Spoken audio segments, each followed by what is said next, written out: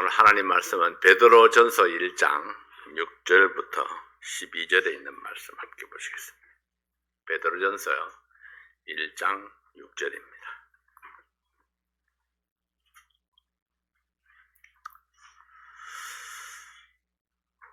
베드로전서 1장 6절부터 이 시간 다 함께 일어나셔서 한 절씩 교독하겠습니다. 그러므로 너희가 이제 여러 가지 시험을 인하여 잠깐 근심하게 되지 않을 수 없었으나 오히려 크게 기뻐하도다.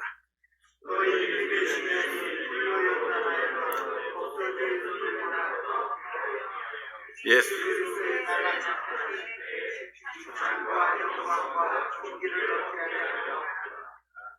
호흡을 잘 맞춰봅시다. 예수를 너희가 보지 못하였으나 사랑하는도다. 이제도 보지 못하나 믿고 말할 수 없는 영광스러운 즐거움으로 기뻐하니 믿음의 결국 곧 영혼의 구원을 받음이라. 이 구원에 대하여는 너희에게 임할 은혜를 예언하던 선지자들이 연구하고 부지런히 살펴서 자기 속에 계신 그리스도의 영이 그 받으실 고난과 후에 얻으실 영광을 미리 증거하여 어느 시 어느 때를 지시하시는지 상고하니라. 이 섬긴 바가 자기를 위한 것이 아니요 너희를 위한 것임이 계시로 알게 되었으니 이것은 하늘로부터 보내신 성령을 힘입어 복음을 전하는 자들로 이제 너희에게 고한 것이요 천사들도 살펴보기를 원하는 것이니라. 아멘. 기도합니다. 아버지 하나님 감사합니다. 오늘 이 말씀을 축복해 주시고 저희들이 여러 가지 어려움 가운데서도 기뻐할 이유를 찾고 또 기쁨을 선택하는 저희들 되게 도와주시옵소서. 이 시간을 주께 의뢰합니다. 예수님 이름으로 기도하옵나이다. 아멘. 앉으시겠습니다. 기뻐할 이유를 찾아라. 기쁨이 저절로 솟아나지 않을 때는 내가 기뻐해야 될 이유를 찾으라는 겁니다. 항상 우리의 삶이 기쁜 건 아니죠. 어려울 때도 있고 슬플 때도 있고 고통스러울 때도 있고 여러 가지 문제들이 우리 앞에 이렇게 닥쳐오게 됩니다. 그럼에도 불구하고 하나님께서는 기뻐하라고 말씀하시잖아요. 그럼 어떻게 내가 기뻐할 수 있을 것인가? 그 기뻐할 이유를 찾아야 됩니다. 자, 감사는 선택이다. 이런 말씀 들어보신 적 기억나시죠? 네, 감사는 선택이다. 또 감사는 해석이다. 그렇게 했어요. 감사는 어떻게 해석하느냐에 따라서 내가 감사로 해석할 수 있다는 얘기죠. 네, 기뻐하는 것도 역시 마찬가지입니다. 기뻐하는 것도 어떤 일들에 대해서 내가 어떻게 반응을 선택하느냐에 따라서 기뻐할 수도 있고 슬픔에 잠겨있을 수도 있고 낙심할 수도 있습니다. 오늘은 나에게 어떤 기쁜 일들이 있습니까? 오늘은 여러분들에게 어떤 기쁜 일들이 있습니까? 그리고 또 그 기쁨의 이유는 무엇입니까? 기뻐하지 못할 일들이 있었나요? 그러면 기뻐하지 못할 그 일들의 이유는 또 무엇인가요? 데살로니가전서 5장 16절부터 18절에 있는 말씀을 보면은 항상 기뻐하라, 쉬지 말고 기도하라, 범사에 감사하라. 이는 그리스도 예수 안에서 너희를 향하신 하나님의 뜻이니라 했습니다. 우리 하나님의 뜻이 항상 기뻐하는 것이라 이렇게 말씀을 했습니다. 뭐 항상 너에게 기쁨이 넘칠 것이다 이런 게 아니고요. 항상 기뻐하라고 말씀을 하십니다. 그것은 곧 기쁨을 선택하라는 이야기입니다. 수많은 일들 가운데에 딱 집어서 기쁨을 내가 선택하라는 겁니다. 데살로니가 교회 성도들을 향한 바울의 권면이었는데요. 우리의 삶에는 항상 문제가 따라다니고 있습니다.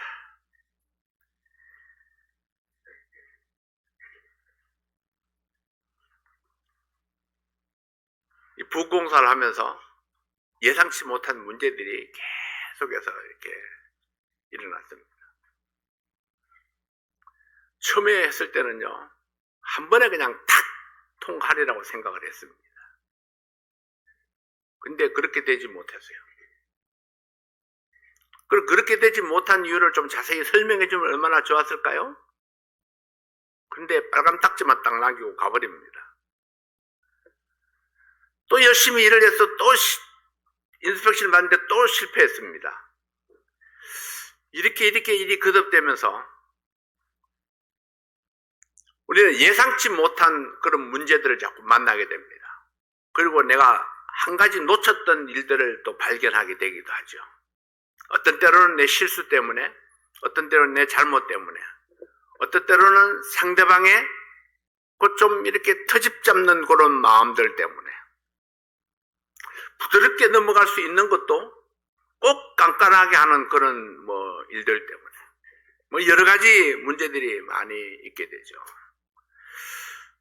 근데 이런 문제와 고난 속에서 내가 어떻게 기뻐할 수 있는가?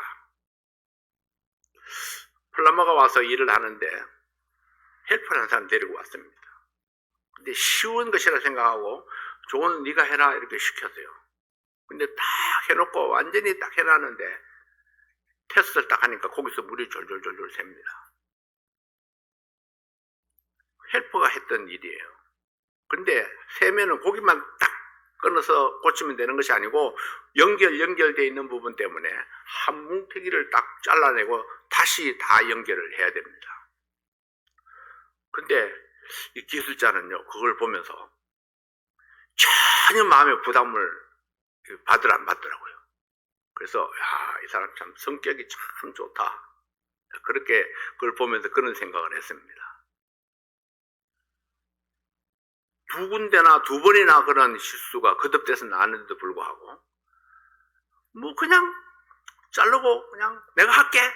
자기가 툭툭툭 해가지고 일을 이렇게 완성해가는 그런 모습을 보면서 충분히 신경질 낼만하고 충분히 이 탓을 할 만한 그런 상황인데도 불구하고 전혀 내색하지 않고 얼굴 한번 찡그리지 않고 그 일을 해나가는 그런 모습을 보면서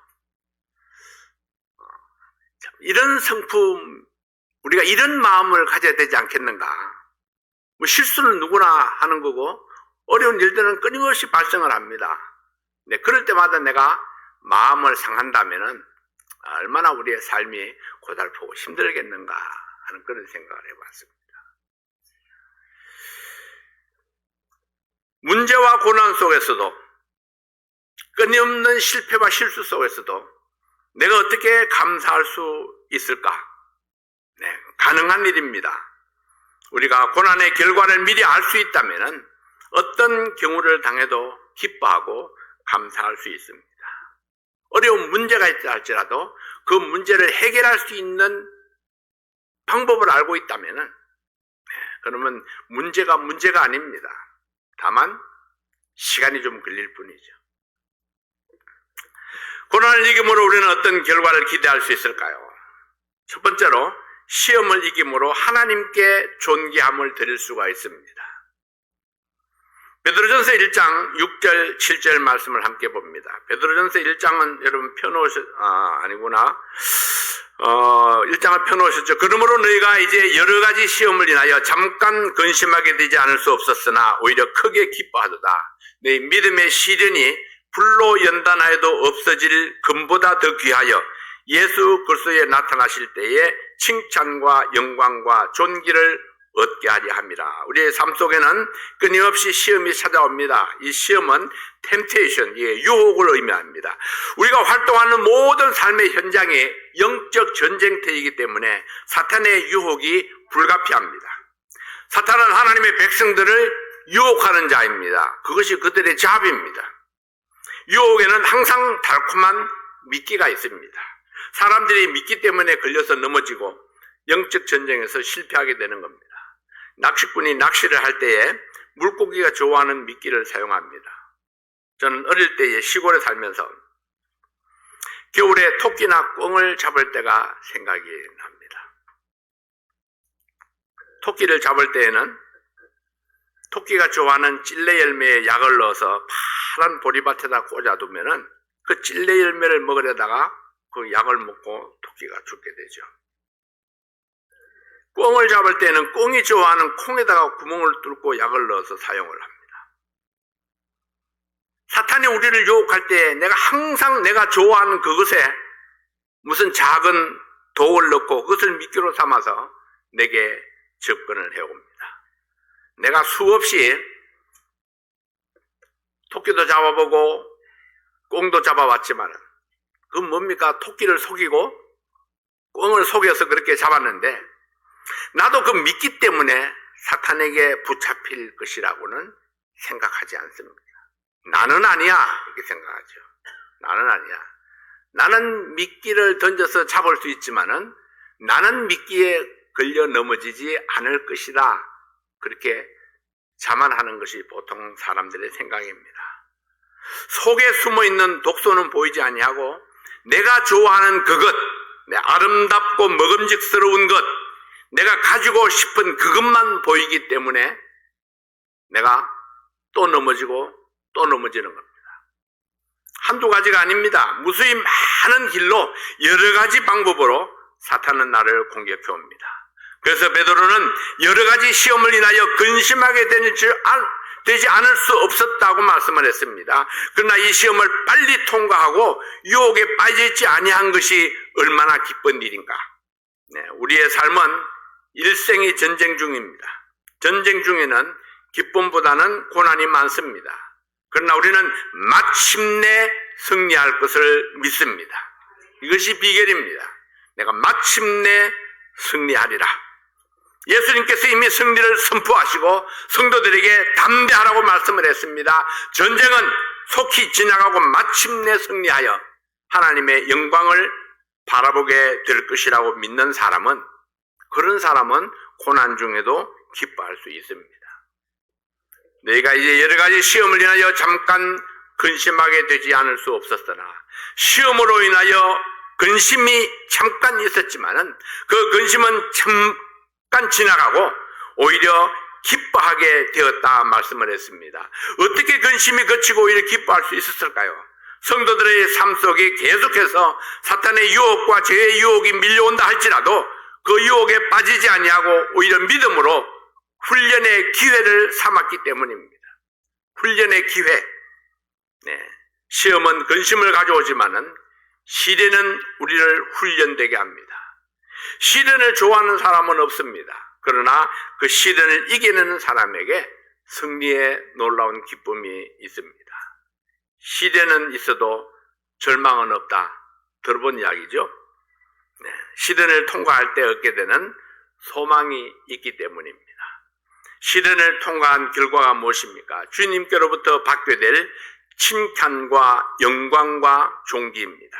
주님께로부터 칭찬과 영광과 존귀를 받게 하는 그 시련은 불로 연단해서 찌꺼기를 다 빼버린 순금과 같은 그런 가치가 있다고 했습니다.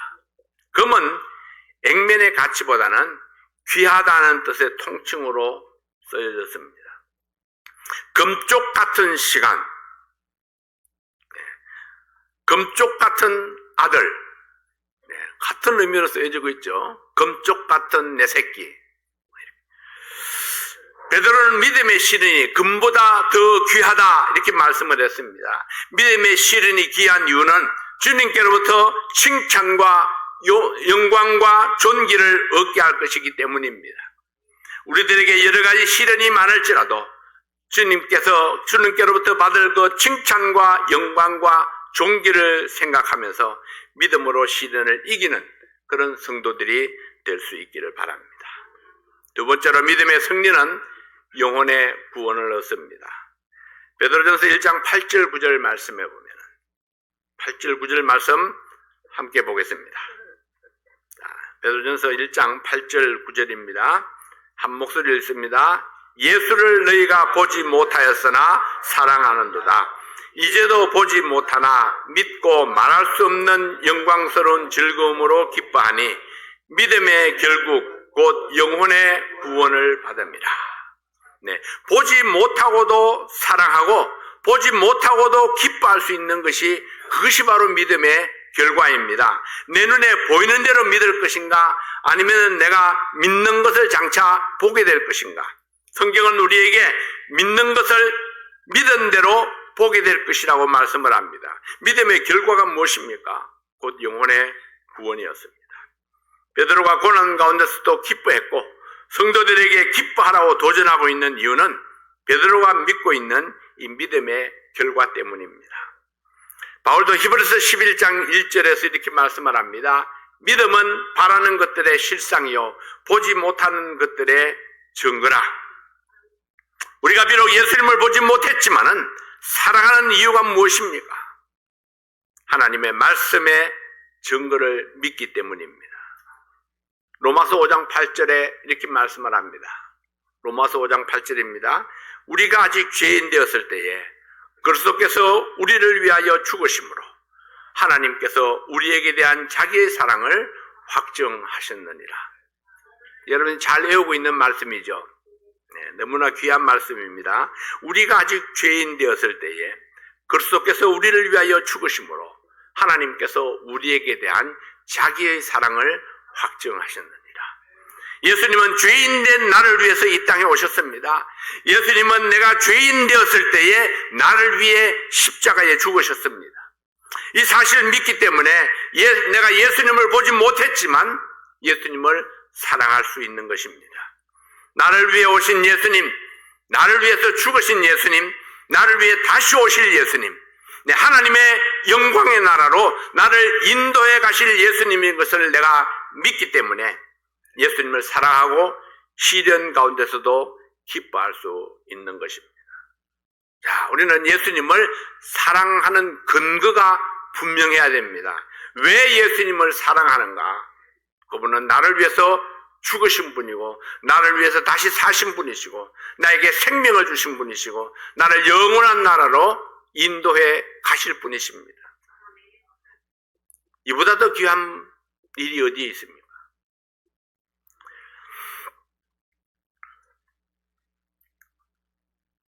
에베소서 2장 8절 말씀에 보면 너희가 그 은혜를 인하여 믿음으로 말미암아 구원을 얻었나니 이것이 너희에게서 난 것이 아니요 하나님의 선물이라 했습니다.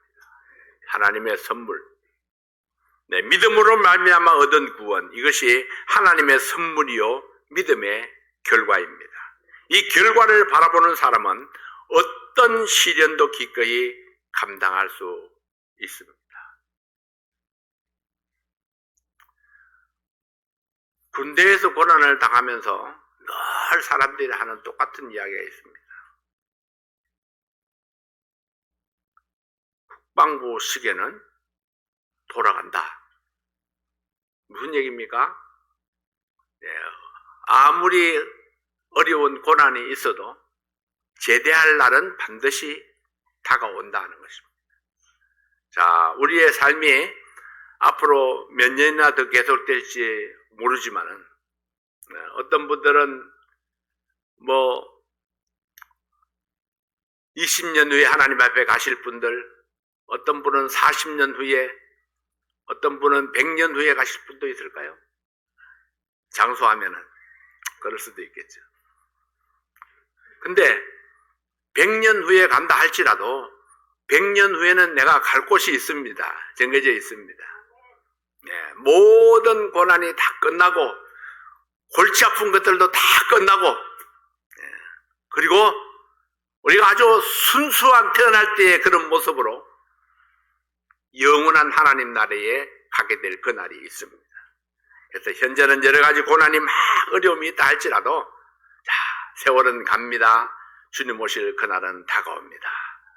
곧 나는 주님과 더불어 영원한 천국에서 영원 복락을 누리게 될 것입니다. 결과를 바라보는 것입니다. 하나님의 선물, 믿음의 결과, 이 결과를 바라보는 사람은 어떤 시련도 기꺼이 감당할 수 있습니다. 세 번째로 구원의 결과로 얻을 존귀함이 있습니다. 베드로전서 1장 10절부터 12절 있는 말씀 함께 보시겠습니다. 10절부터 12절에 있는 말씀입니다.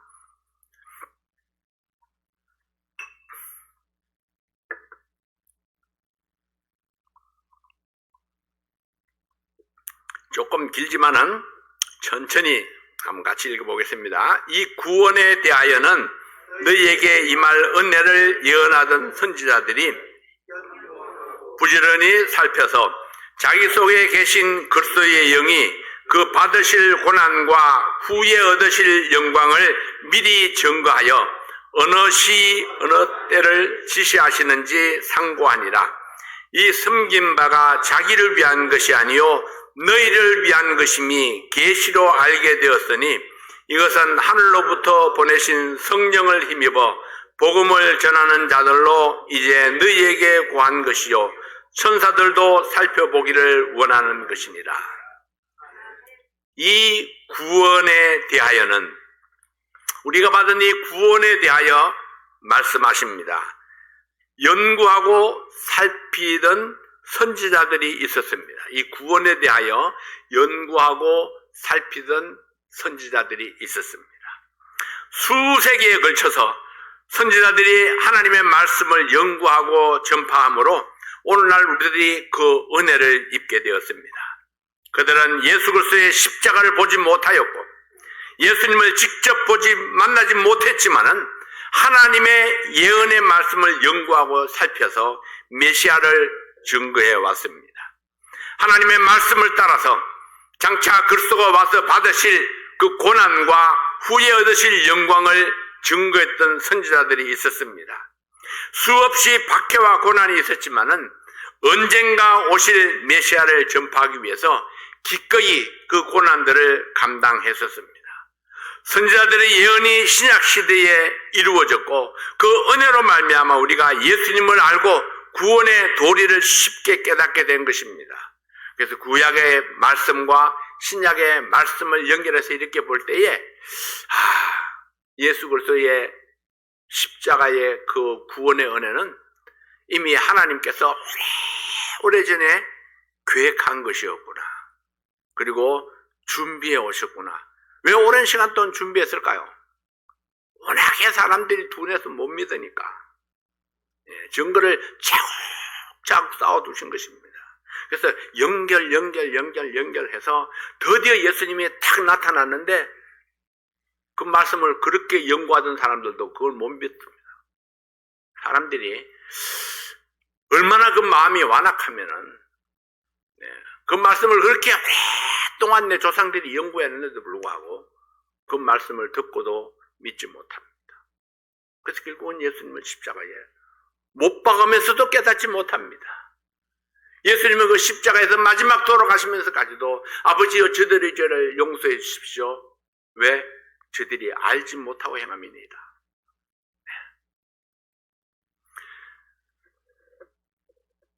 그래도 깨닫지 못합니다. 사랑하신 여러분, 우리가 그 복음의 은혜를 깨닫고 회개하고 예수님을 영접하게 된 것은 전적으로 하나님의 은혜입니다. 하나님께서 우리를 감동해 주시지 아니했다면, 하나님께서 우리의 마음속에 그것을 이해시켜 깨닫게 해주지 않았다면 우리는 그들과 같이 지금도 아직 죄 속에 머물러 있을 것입니다. 그래서 내가 똑똑해서 하나님 말씀을 잘 이해하는 것이 아니라 하나님의 은혜로 내가 이 말씀을 깨닫게 되고 그리고 결단하고 회개해서 예수 그리스도를 영접하게 된 것입니다. 그러니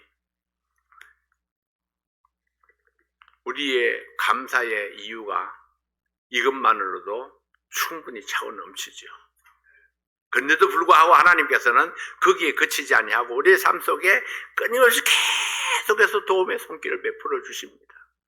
내가 실수할 때마다 넘어질 때마다 다시 일으켜 주시고 다시 격려하시고 다시 힘을 주시고 도전해 주시고 그렇게 해서 하나님 앞에 영광스러운 모습으로 우리를 세우려 하시는 것입니다.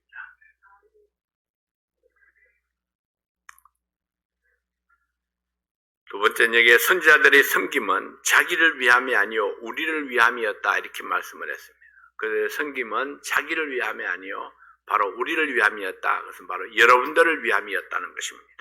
이 섬긴 바가 자기를 위한 것이 아니요 너희를 위한 것임이 계시로 알게 되었으니 미래에 오실 메시아를 연구하고 살펴서 우리들에게 예언으로 남겨놓으신 것은 그 시대 사람들이나 자기를 위한 것이 아니요 바로 우리를 위해서 여러분을 위한 것이었다고 말씀을 합니다. 후대의 그리스도인 구원받을 우리가 어떻게 살아야 할 것인가를 가르치기 위함이었습니다. 로마서 4장 23절 24절 말씀에 로마서 4장 23절 24절입니다. 저에게 의로 여기셨다 기록된 것은 아브라함만 위한 것이 아니요 의로 여기심을 받을 우리도 위함이니 곧 예수 그리스도 예수 우리 주를 죽은 자 가운데서 살리신 이를 믿는 자니라. 네, 아브라함이 아들 이삭으로 인해서 하나님께 시험을 받을 때에 믿음으로 반응한 아브라함을 의로 여기셨습니다. 근데 그것은 그 당시 아브라함만 위한 것이 아니고 장차 예수님으로 인하여 의로 여기심을 받을 우리를 위함이다. 그렇게 말씀을 했습니다. 그래서 이삭을 제단에 드린 그 사건은 예수 그리스도를 십자가에 드린 사건과 동일하게 여겨지게 되는 것입니다. 그것을 통해서 우리에게 생명의 말씀을 허락해 주신 것입니다. 아브라함의 고난은 우리에게 믿음으로 산다는 것이 어떤 삶인지, 주님 말씀에 복종하는 삶이 무엇인지를 가르쳐 줍니다. 우리는 성경에서 쉽게 그냥 읽고 지나가지만은, 여러분, 내가 아브라함의 입장에 든다면 어땠을까요? 100세에 얻은 아들, 하나밖에 없는 아들인데 번제로 하나님께 드리라 이런 명령을 받았을 때에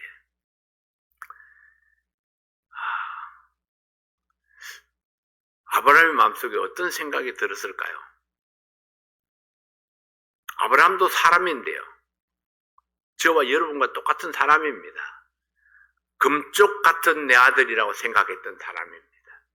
금쪽 같은 아들. 네. 그 금쪽 같은 아들을 번제로 하나님께 드리라 이렇게 말씀을 했습니다. 상당히 헷갈렸을 것 같아요. 하나님께서 내가 너로 말미암아 세상에 그 바다에 모래같이 많은 그런 자손을 주리라 이렇게 말씀하셨는데 하나밖에 없는 아들을 죽이면은 어떻게 바닷가에 모래 같은 후손을 줄 수가 있습니까? 이 하나님의 이 말씀과 좀 이게 매치가 잘 되지 않습니다. 네. 그럼에도 불구하고 아브라함은 이삭을 제단에 드리기 위해서 모리아산으로 갑니다. 어떤 믿음이었을까요? 네. 해답은 하나밖에 없습니다. 하나님이 말씀하셨으니 하나님께서 답을 주실 것입니다. 하나님께서 해결해 주실 것입니다. 금쪽 같은 아들을 제단에 드리는 것도 바닷가에 모래같이 하늘의 별과 같이 많은 후손을 주시는 것도 양쪽 다 하나님께서 해결하실 것이다. 단지 그런 믿음을 가지고 하나님의 말씀을 따라서 그냥 실천하는 겁니다. 그랬더니 하나님께서 이삭도 살려주시고 많은 하늘의 별과 같은 후손도 주시고 양쪽을 다 해결해 주십니다. 내 생각에는 이도 저도 안 될 것 같지만은 하나님께서는 이것도 저것도 다 해결해 주시는 분, 역시 하나님은 하나님이시죠. 네, 우리가 상상할 수 없었던 그런 방법으로 하나님께서 우리를 축복하시고 이끌어 가시는 분이십니다. 세 번째로 구원은 오직 우리들을 위해서 예비하신 것입니다. 이것은 하늘로부터 보내신 성령을 힘입어 복음을 전하는 자들로 이제 너희에게 구한 것이요 천사들도 살펴보기를 원하는 것이니라. 구원이 사람이 만들어낸 것이 아니라 하나님께로부터 온 것입니다. 구원은 천사들을 위한 것이 아니라 사람을 위한 것입니다. 구원은 천사들도 알기 원하고 사모하는 것입니다. 하늘의 천사도 모르는 것을 우리에게 알게 해 주셨습니다. 그러므로 우리는 천사들보다도 더 존귀한 자들입니다. 이 구원은 바로 우리를 위해서 예비된 것이기 때문입니다. 우리의 삶 속에 끊임없이 고난이 있지만은 그럼에도 불구하고 기뻐할 수 있는 이유가 있습니다. 시험은 잠시 잠깐 지나가고 시련은 우리를 연단해서 금보다도 더 가치 있는 삶으로 인도해 갈 것이기 때문입니다. 어떻게 해요? 하나님이 하시는 일입니다. 믿음의 결과는 영혼의 구원, 곧 영원한 천국에 이르게 하는 것이기 때문입니다. 우리의 구원을 위해서 수천 년 전부터 선지자들이 공부하고 살폈고 증거해서 나를 위해서 복음이 전파되었기 때문입니다. 하늘의 천사도 모르는 축복이 나를 위해서 예비되어 있었습니다. 고난과 시련을 좋아하는 사람은 아무도 없습니다. 그러나 그 시련이 나를 연단하고 내 믿음을 점검같이 가치 있게 만들어줄 수 있다면 시련 중에도 기뻐하고 감사할 수 있습니다. 여러분, 잘 풀리지 않는 비즈니스가 나를 힘들게 할 수도 있습니다. 형통하지 못한 나의 삶이 나를 시험들게 할 수도 있습니다. 그러나 어떤 시험, 어떤 시련도 여러분 소망을 이길 수는 없습니다. 주님을 바라보는 믿음이 있으면 소망에서 떨어지지 아니하고 기쁨과 감사를 통해서 승리를 노래할 수 있습니다. 오늘도 믿음의 승리를 위해서 하나님의 말씀을 의지하고 주님의 승리를 바라보시는 여러분들이 되시길 바랍니다.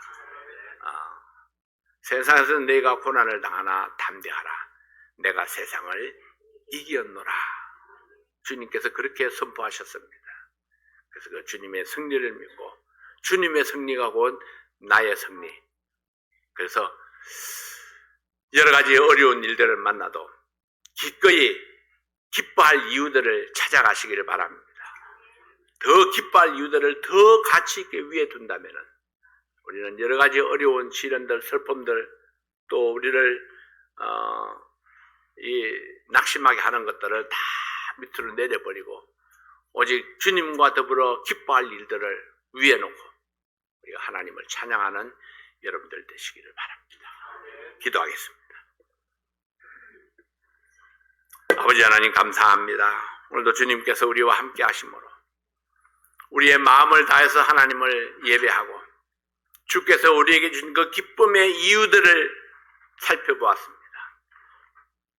그 기쁨의 이유들은 나에게서 나오는 것이 아니고 나의 성공에서 나오는 것이 아니라 우리 하나님께서 예비하신 것이고 하나님께서 우리에게 주시는 것입니다. 은혜로 받은 그 놀라운 것들을 우리가 또 기억하고 주님을 높임으로 어렵고 스트레스가 있는 그런 세상 가운데서도 내가 오늘도 승리하고 기뻐하고 감사하는 그런 우리의 삶이 될 수 있도록 도와주시옵소서. 날마다 우리가 기쁨을 선택하고 감사를 선택하는 우리 모든 성도들 되게 해 주시옵소서. 예수님 이름으로 기도하옵나이다. 아멘.